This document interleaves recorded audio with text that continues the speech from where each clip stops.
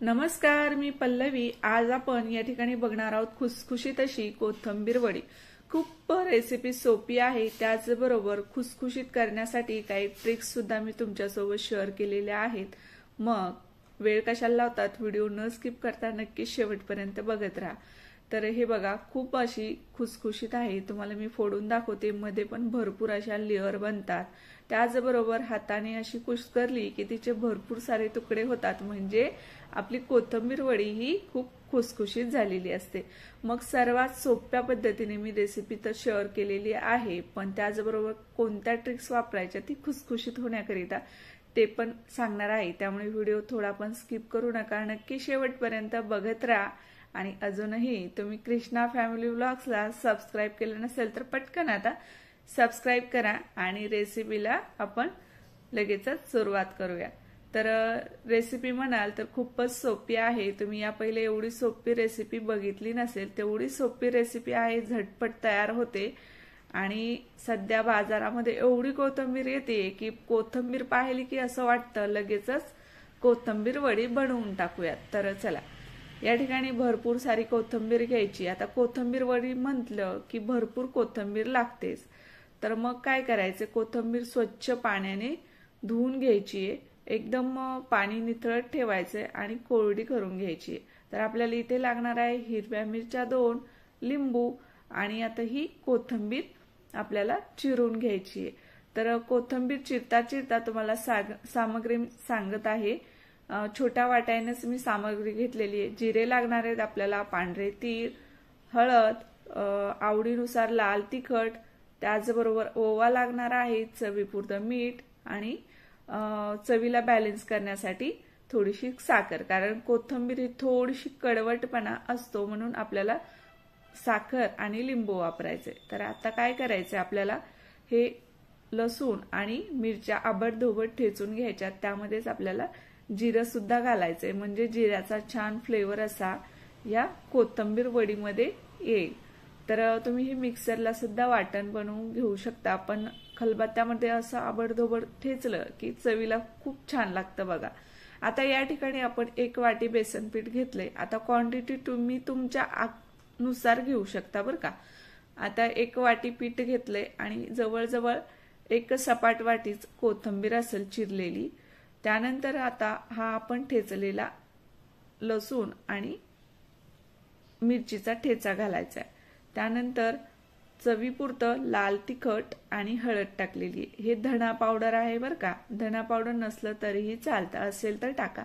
ओवा आपल्याला हातावरती असा चोळून घालायचा आहे, म्हणजे फ्लेवर छान येतो। त्यानंतर थोडीशी साखर, तर साखरेनं काय होतं, याला खूप छान चवीला फरक पडतो। त्यानंतर आपल्याला घालायचे पांढरे तीळ। आता पांढरे तीळ जेवढे घेतलेत त्यामधले अर्धेच तीळ टाकायचे, अर्धे आपण नंतर वापरणार आहोत। तर चवीपुरतं मीठ टाकायचं आहे। आणि आता हे बॅटर आपल्याला अगदी व्यवस्थित असं मिक्स करून भिजवून घ्यायचे। त्या अगोदर आपल्याला त्यामध्ये लिंबू टाकायचे।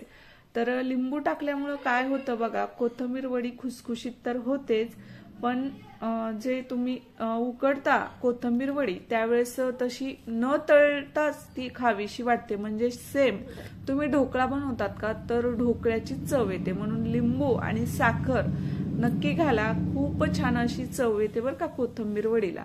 नाही तळली तरीही कोथिंबीर वडी उकडलेलीच खायला खूप छान लागते।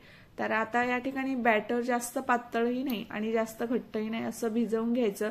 एका प्लेटला छान तेल लावून घ्यायचं आणि मग आपल्याला हे बॅटर प्लेटमध्ये टाकून थापून घ्यायचं। आणि शिल्लक राहिलेली तीळ मात्र आता न विसरता असे त्यावरती टाकून थापून घ्यायचे। आता इथे आपली प्लेट तयार झालेली आहे। इकडे कढईमध्ये मी अगोदरच गरम करायला पाणी ठेवलंय, त्याला आधण सुद्धा आलेलं आहे।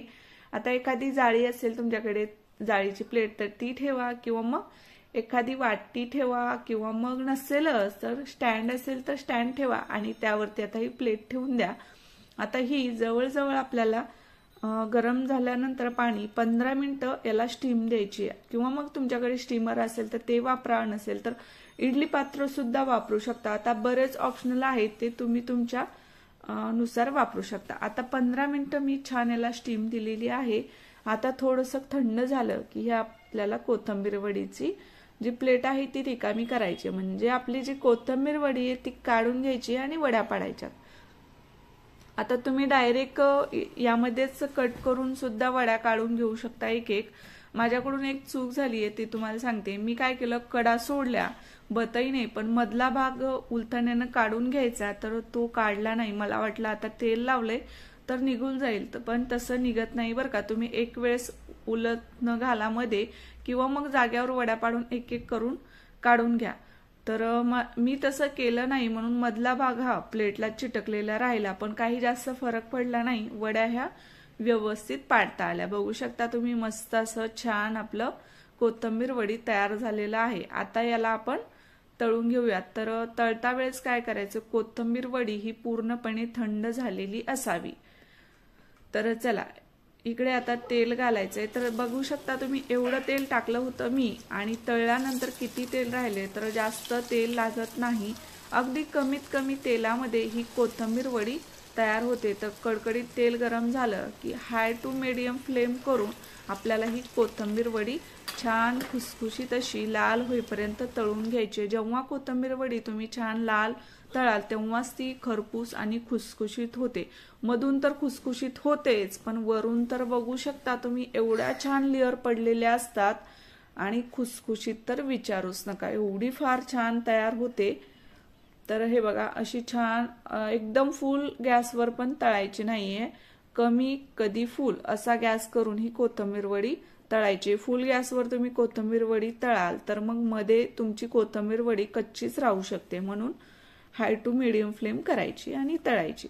तर बघू शकता तुम्ही, पहिल्या ज्या वड्या आहेत त्या काढून घेतलेल्या आहेत। तेल जास्त संपलेलं दिसत नाहीये, म्हणजे याला तेलाची गरज जास्त पडत नाही।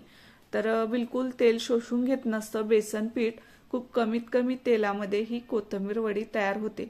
तर बघा, दुसऱ्या सुद्धा मी कोथिंबीर वड्या छान खुसखुशीत अशा तळलेल्या आहेत। तर तुम्ही हे बॅटर भिजवता वेळेस 2 चमचे जर तांदळाचे पीठ वापरलंच तर तुमची कोथिंबीर वडी अजून कुरकुरीत आणि अजून ठिसूर होईल। आता यापेक्षा ठिसूर आणि कुरकुरीत कोणती असणार आहे बरं का।